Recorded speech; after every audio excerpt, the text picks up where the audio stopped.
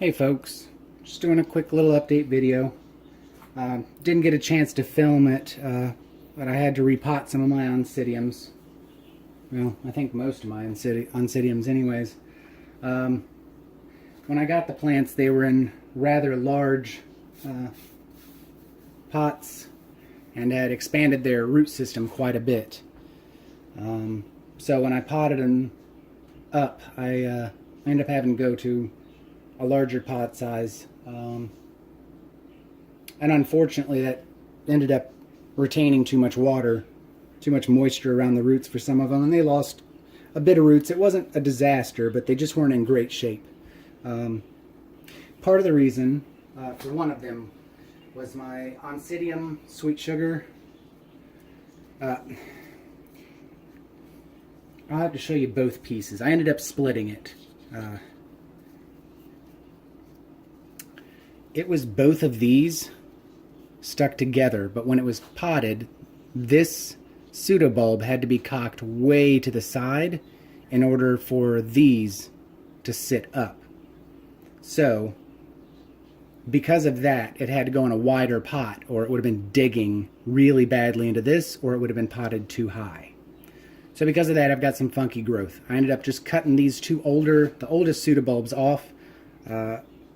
They may at some point put off some new pseudobulbs. It's just a clump of two, so they may not do well, and it may take a long time if they do anything. But I hate to throw two very healthy pseudobulbs out. I mean, this one's got some very slight wrinkling, but you can barely tell on either one of them. They're actually nice, healthy pseudobulbs, firm. They look good. So I thought I'd just put them in a pot on their own. Just going to give them a little fertilizer today. Got a chance to get some potting medium from, well, I get all mine from Repot Me. When I first started keeping orchids, I tried to keep them in what they came in, and we all know that's not usually going to work. Some people can, but even so, you still have to repot them. And I didn't know enough. I mean, I saw how they potted them in the sphagnum moss, and they basically just crammed as much sphagnum moss in around the roots as they possibly could. And that's just not good. That's a terrible way to keep them. And they're usually at the point of needing a repotting when you buy them. So I found Repot Me through a little internet search. Many of you, I am sure, are quite familiar with their products. They have the best mixes I've ever encountered. Since I started using their mixes, I've been able to keep orchids with very little problem. We all have some that die off every now and then.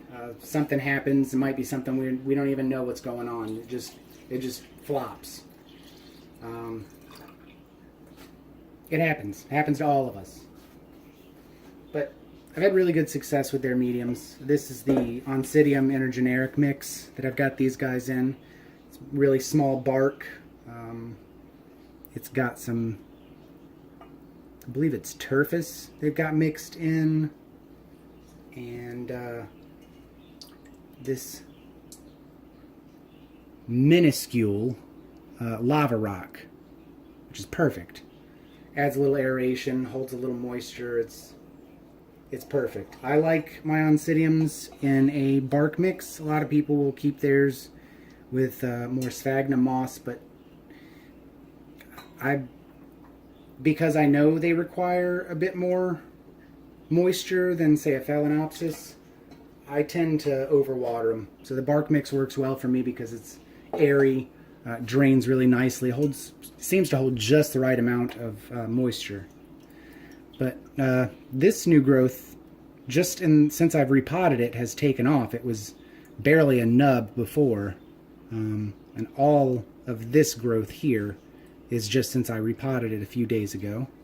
And I noticed when I was repotting down here, there's a new growth coming in, looking good, looking healthy. So I'm hoping that will put some roots out, both of these guys, and put up some nice, good-sized pseudobulbs would be nice. I'd love to get this thing to flower again.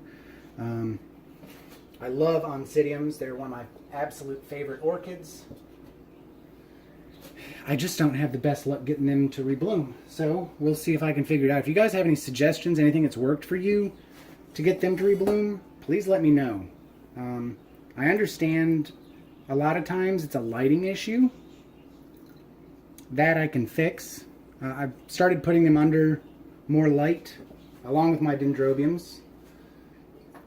And they've responded well with growth, but we grow them for the flowers, not for the foliage. So I'm thankful for the new foliage and pseudobulbs, but I'd really like to see some flowers. I got them because they have outstanding flowers on them. This is my Oncastelli Wildcat White Fairy. It was just this pseudobulb and this little pseudobulb when I got it. Oh, and that little tiny guy there. I think this guy still had a couple of leaves that they came off pretty quickly. This guy's been holding on, doing great. I know it looks shriveled, but you cannot even imagine what it looked like when I got it. It was atrocious. I mean, it was awful. If you go to any of you who know my Instagram page, I've got some comparison pictures of when I got it and now. It's amazing what it's done. It's rehydrated really well. But this has really nice flowers. Anybody that's familiar with the wildcats knows. Take a chance. Look them up. I've not been able to find a lot of specific information about the white fairy. It's actually spelled weird. I think it's probably just a trade name or something. But it's Witefairy, White Fairy.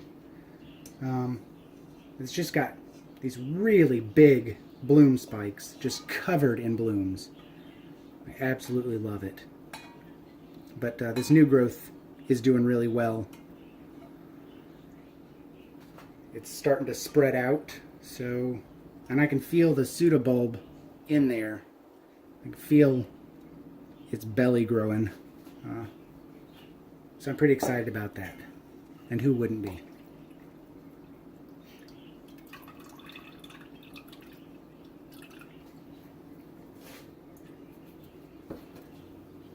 And last but certainly not least, I've got my Degarmoara Shibumi Purple Rain. I normally buy Oncidiums because they tend to be, where I can find them, they tend to be a bit more expensive than an equal-sized Dendrobium or Phalaenopsis. I usually buy them on sale if I can find them marked down because the flowers are gone but they're still in decent shape. I like to get them then because who doesn't like to save money? But this one, I saw it at work and, well, I just couldn't resist it. I just couldn't. Look them up. They have absolutely stunning purple flowers. Much daintier flower spikes than the Wildcat. But this guy's doing really well. For a long time, he didn't do anything. I had some problems with the leaf tips getting kind of translucent looking and getting brown spots, so I just kept cutting back until they stopped. They seem to have stopped, probably because they were in too big of a pot. Honestly, that's on me. We tend to love our plants to death. That's the absolute biggest offender of plant death, is we just want to love them all to pieces and they just go to pieces. So we know Oncidium types tend to do better when they're in tight shoes. They don't like real big pots. They don't like space.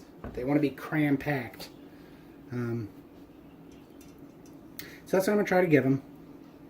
I couldn't get it in any smaller pot. I've got some 3-inch pots. This is a 4-inch pot. But I couldn't get it in anything smaller without demolishing the roots to try to get it in there.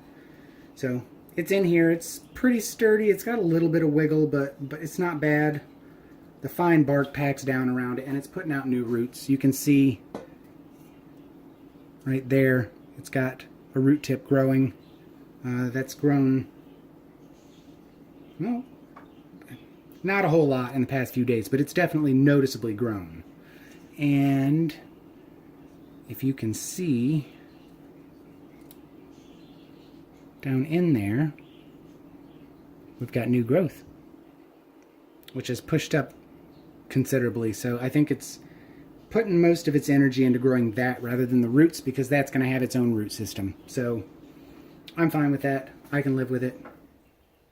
I'm just excited to see new growth. Well, thank you guys for coming and hanging out, watching me water plants. I'm sure is just the thrill of your day.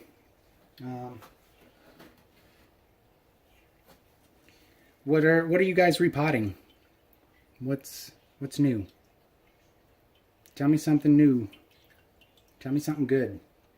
I want to hear from you. Thank you guys for watching. We'll see you next time.